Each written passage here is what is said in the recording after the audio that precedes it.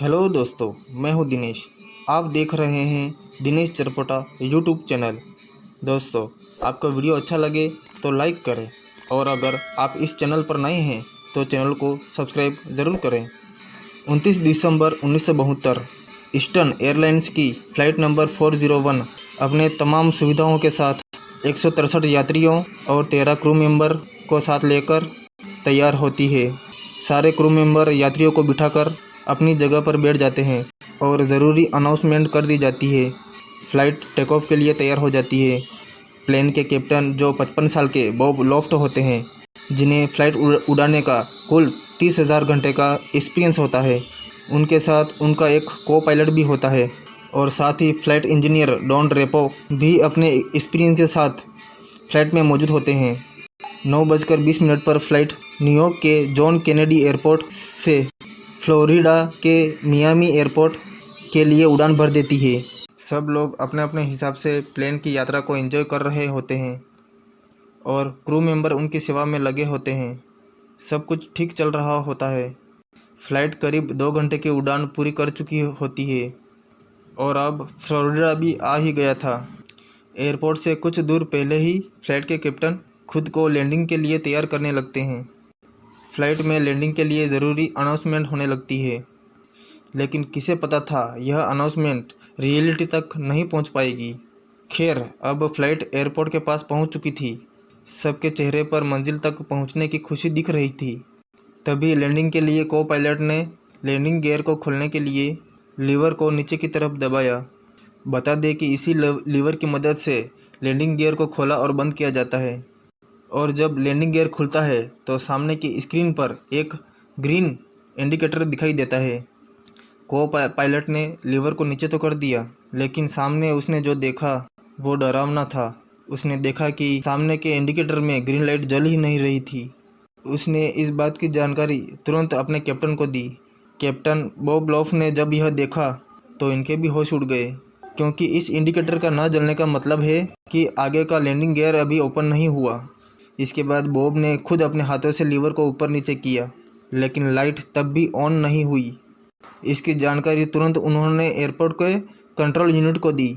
जहाज़ तब तक नीचे आना शुरू हो गया था, इसलिए उसे कुछ ही मिनट में लैंड भी करना था। लेकिन जब एयरपोर्ट यूनिट को इस बात का पता चला तो उन्होंने कैप्टन से कहा, जहाज़ को तुरंत 2000 के एल्टीट्यूड पे ले जाओ और उसे ऑटो पायलट मोड पर डालकर खुद चेक कीजिए कि आगे की लैंडिंग गियर के साथ हुआ क्या है। कंट्रोल यूनिट ने जो सलाह दी, कैप्टन ने वैसा ही किया। जहाज़ को 2000 के एल्टीट्यूड पे ले जाकर उसने उसे फ़्लाइट को ऑटो पायलट मोड पर डाल दिया।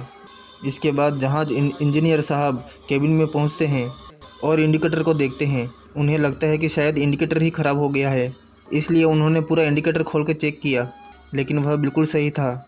इसके बाद उन्होंने प्लेन का वो बटन दबाया जिसे दबाने पर प्लेन में लगी हुई हर लाइट ऑन होकर ये बताती है कि सब कुछ सही से काम कर रहा है, लेकिन इस बार भी ग्रीन लाइट नहीं जली। इसके बाद प्लेन के कैप्टन ने इंजीनियर साहब को प्लेन के सबसे बॉटम केबिन में जाकर वहां से आगे की लैंडिंग गियर को देखने की बात कही। इंजीनियर तुरंत प्लेन के बॉटम केबिन में पहुंच चुके थे। इधर 10 मिनट का समय बीत चुका था और प्लेन ऑटो पायलट मोड पर था।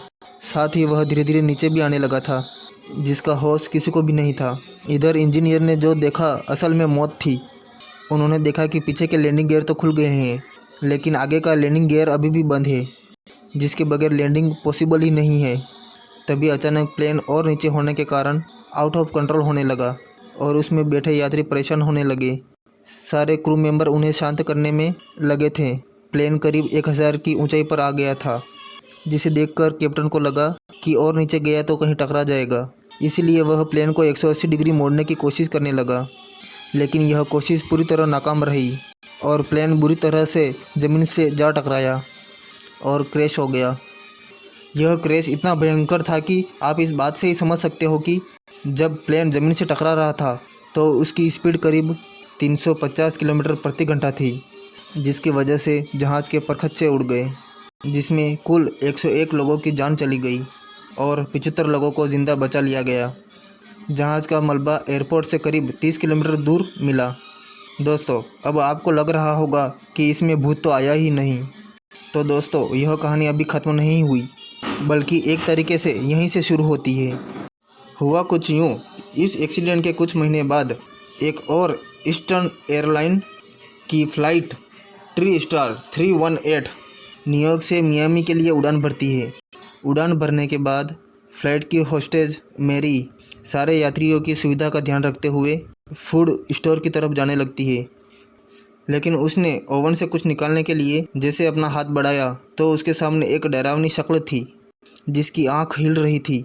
यह देखकर मैरी चिल्लाना चाहती थी, लेकिन उसकी आवाज़ नहीं निकल पा रही थी। उसे लगा यह उसका वहम है, लेकिन जैसे ही उसने अपना हाथ ओवन की तरफ दोबारा बढ़ाया, वो चेहरा फिर से सामने आ गया और अपने होंठ हिलाकर कुछ कहने की कोशिश करने लगा। मैरी तुरंत डर के वहाँ से भाग गई और जाकर उसने फ़्लाइट इंजीनियर से सारी बात कही। इंजीनियर को पहले यह बात मजाक लगी, लेकिन जब वह मैरी के साथ फूड स्टोर तक गया तो उसने भी वही देखा जो मैरी बोल रही थी, एक डरावना चेहरा जो कुछ कहने की कोशिश कर रहा था। इस बार उस चेहरे से आवाज़ आ रही थी और वह चेतावनी दे रहा था कि कुछ ही देर में इस फ्लाइट में आग लग जाएगी। इतना कहकर वह चेहरा वहाँ से गायब हो गया। मैरी को कुछ समझ में नहीं आ रहा था, लेकिन इंजीनियर ने उस चेहरे को पहचान लिया। जी हाँ, वो चेहरा था फ़्लाइट 401 में मारे गए फ़्लाइट इंजीनियर डॉन रेपो का। जब मैरी और फ़्लाइट इंजीनियर ने यह बात दूसरे क्रू मेंबर को बताई तो यह बातें उनको बकवास लगी और वह हंसने लगे।